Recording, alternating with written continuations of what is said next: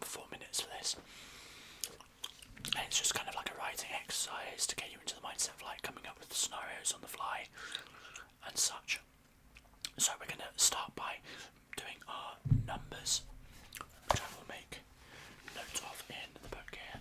I'm sorry for any bangs that happen. Obviously it's hard to do stuff with the desk without doing the bangs. Right, the first number we get is 92. I wonder what that will be. Obviously this is something that we've done before and it's like fairly recent. I want to try and go through a lot of the monsters in the book. So if there's something that's already been done, we might re-roll it. But 92 is interesting. Is the Death Knight.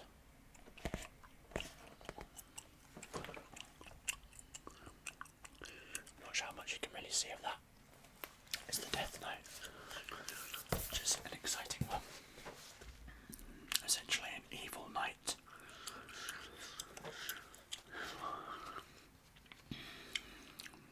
Interesting. And that is specifically the Death Knight, not the other version. So that's the first number. Death Knight. And we're coming up with, specifically it's supposed to be an encounter. The encounter can be part of an adventure and there might be context and an adventure in this, but really it's about coming up with an encounter. Oh my gosh, that was a low number. And the other one is an 11. That would be interesting. So I'm interested to see how I'm going to do this. An 11 is really early on. It's like one of the first pages. Oh my gosh, this is insane.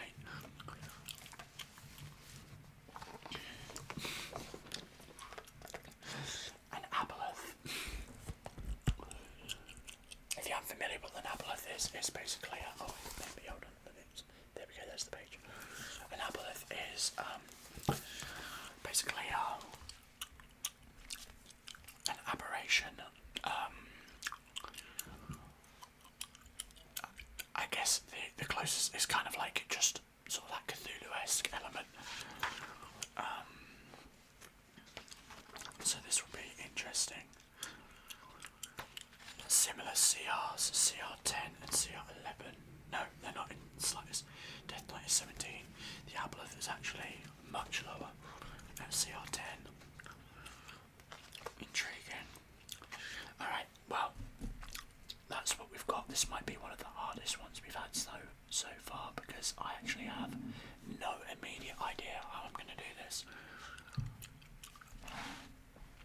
So, we're going to give this our best go. I'm going to set the timer as actually a stopwatch so that I don't have a bunch of blaring noises at the end of it. I'm going to start the timer and we're going to jump straight into it. So 3, 2, 1, 4 minutes starting now. Alright, I probably won't talk too much because I've got to focus.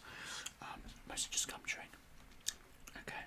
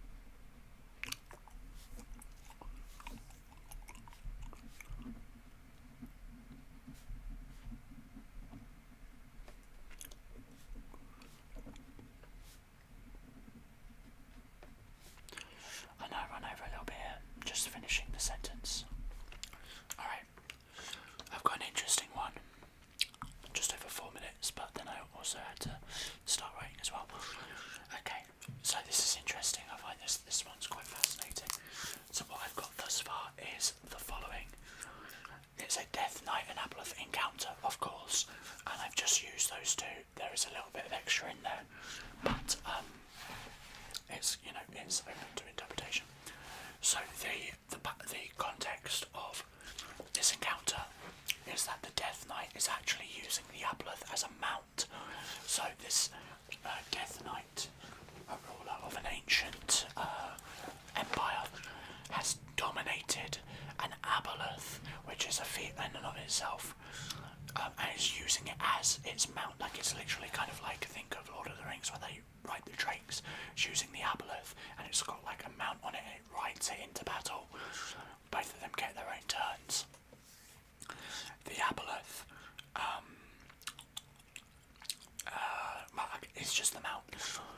The context is that this encounter takes place as the final boss encounter for a campaign, I would imagine.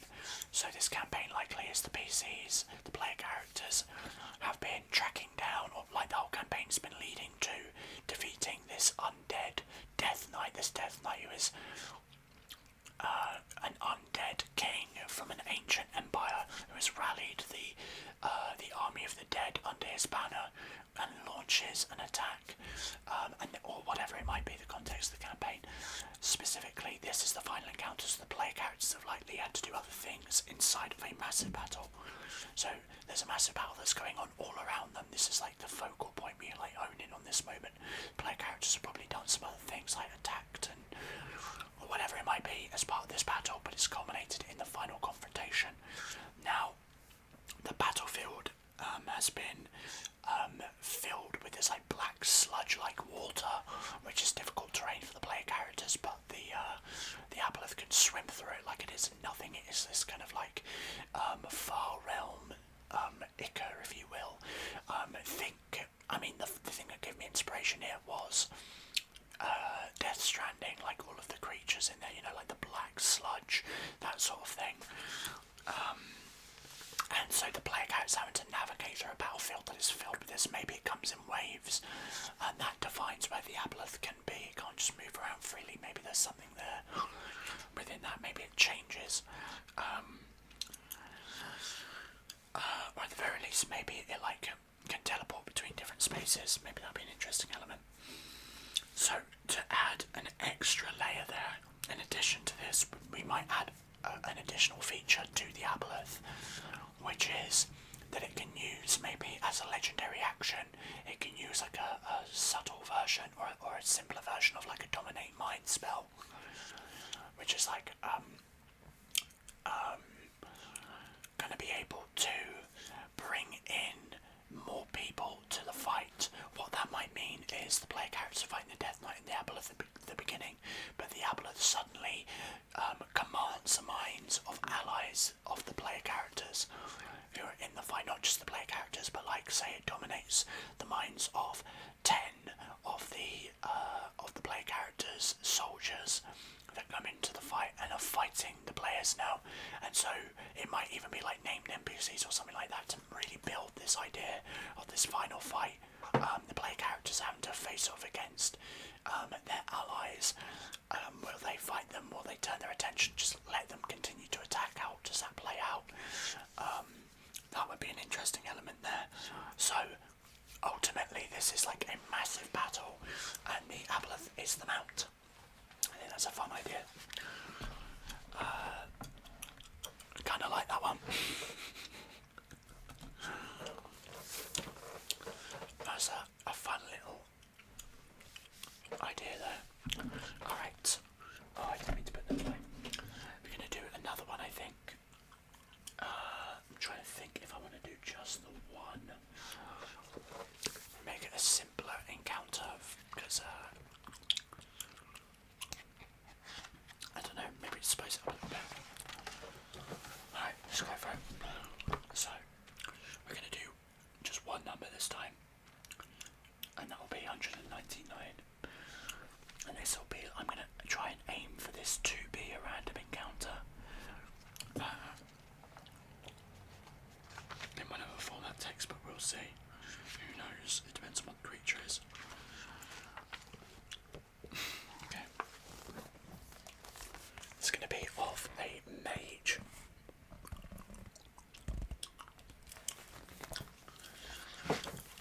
So the random encounter is a mage.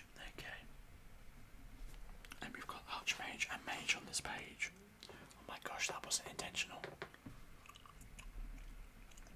I'll add them both together. So we technically got 2 out of that one. They're both the same one though. CR12 and CR6. Oh, that'll be a random encounter, I guess.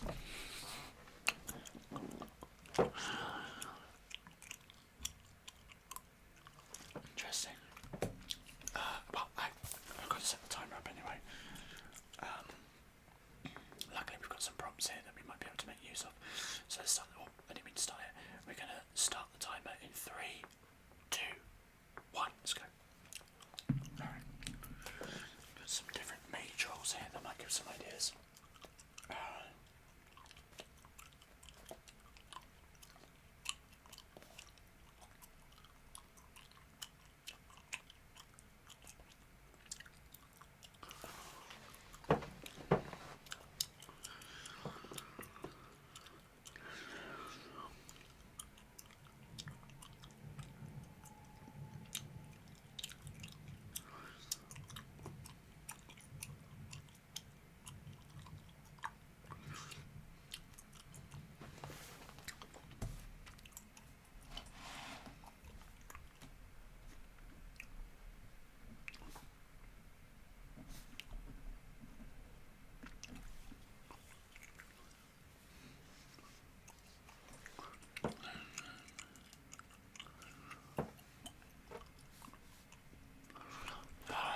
This is not a good one, I can't lie, I'm not. I'm going to bump this one down to 3 minutes, by the way, of writing time.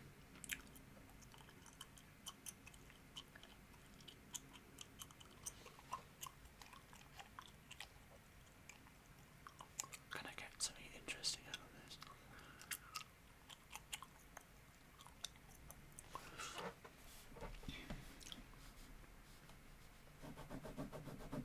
Okay.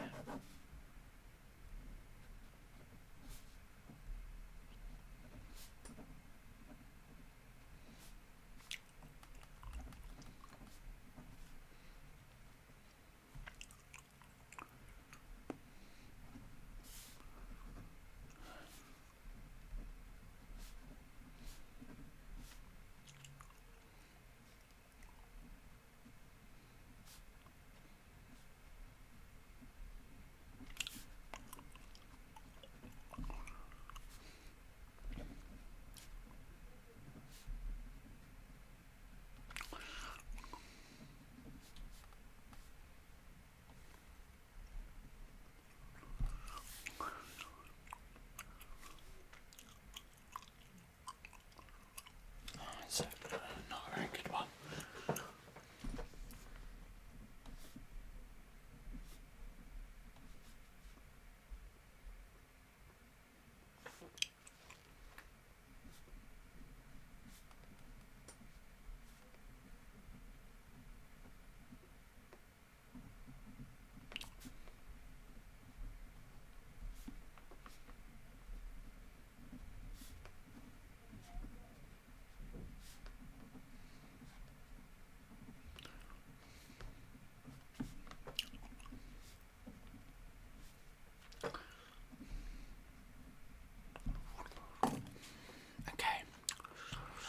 So I've got a pretty bad one. It's not very good, but that's kind of part of this. It's not always going to be good. That's part of the challenge. But the writing exercise doesn't have to be good. It's just about getting those juices working. So my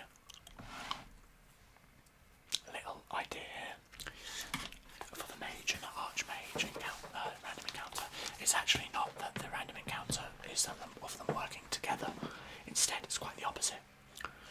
In this case, the player characters may be stumbling through the woods or some other location when they hear the distant sounds of arcane words and battles, and like just people casting spells. If they choose to investigate, what they would come upon is a relatively powerful wizard, or I guess in this case might be considered a witch, slash oracle, under attack by a group of wizards. The context of this is that this oracle was a member of this academy and predicted a magical disaster which then occurred at the academy, and they blame the Oracle for it, and as such she ran away and these wizards were sent after her to find her. Now, is she to blame? Who knows? That's fun. That would be part of the fun of learning that in the story. But at the point in which the players come upon it, they're currently in a bit of a stalemate. They're still like casting spells, but they're on different sides of this bluff. And if something doesn't happen soon, they're gonna act again. So this has the chance of being a combat encounter on either side or a social encounter. In this case, from the default here, the Oracle is not going to go back with them. She knows that if she goes back, she's not getting a fair trial or anything like that. It's just going to be a formality, and then she's going to be punished. And probably that's not going to be something good. As for the wizards, they're not about to let this go. She has done something as far as they're concerned, and she is to blame. And maybe she's just a scapegoat that they can parade to other people. Think like College of Winterhold, like the destruction there. People blaming the academy, but what if they had like a scapegoat that they can use her as? Whatever it is.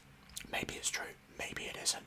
In either case, the players have a very thin moment to really choose to get involved. They might talk with the sides, try to learn a little bit more.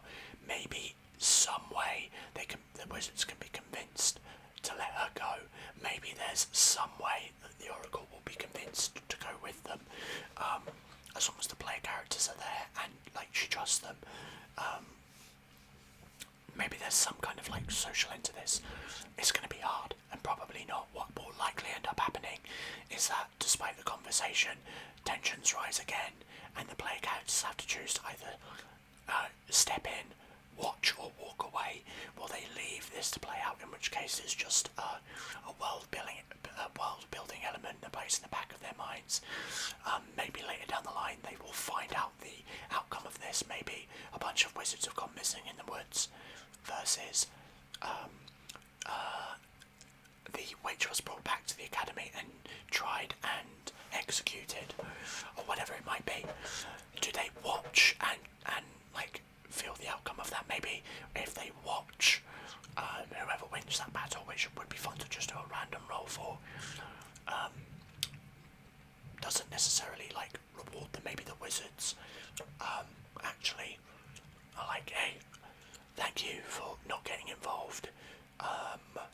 Like, I don't know, maybe they like offer for them to come back or something like that. The Oracle likely would be like, yeah, screw you guys for letting me get attacked there, and then just disappears. Maybe even puts a curse on them or something like that. Maybe there's something negative there. I don't know. The GM would have to play around with that.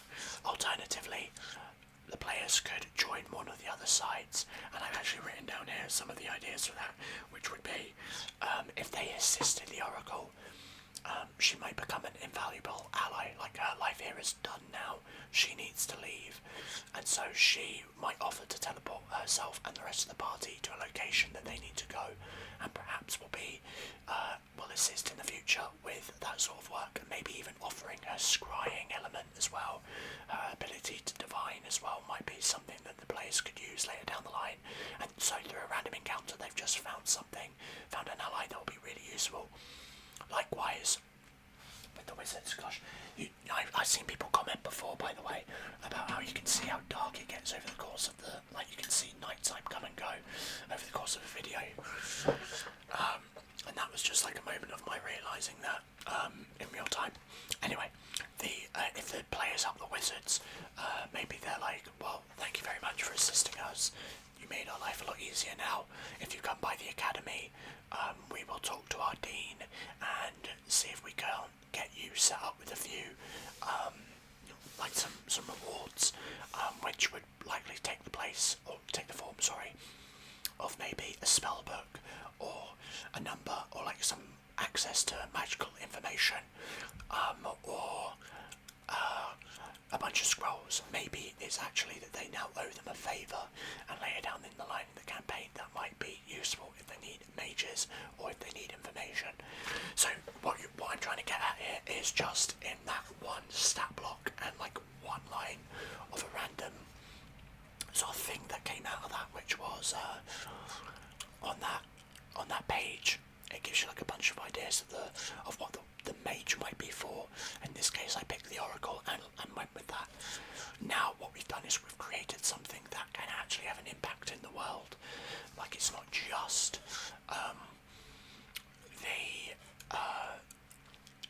it's not just like a random encounter that never comes up again. Now, they might have an ally, or they might have background knowledge. Maybe they know what happened to the wizard now, or the wizards when the oracle defeats them, for example, and they're in another town. If they just walked away, suddenly they know what happened to those wizards and no one else does. Do they do anything about it? Who knows? This is the point of things like this, writing exercises that get your juices going, you know. Anyway, I hope you enjoyed that video, found that informative, and if you did, make sure to drop a like, consider subscribing because it really does help. Let me know in the comments if you enjoyed this video, if you want to see more encounter builder videos. I love doing them, I will do them anyway, but if like people request them and say that they enjoy them, then I will like actively do them more often. But I do enjoy doing them anyway because it's fun, and it helps me look through the book as well. Make sure to check out the videos appearing wrong side, on the side of the screen over here, and I will see you in the next one, guys. Have a wonderful afternoon, morning, night, morning, whatever time it is for you. I'll see you in the next one.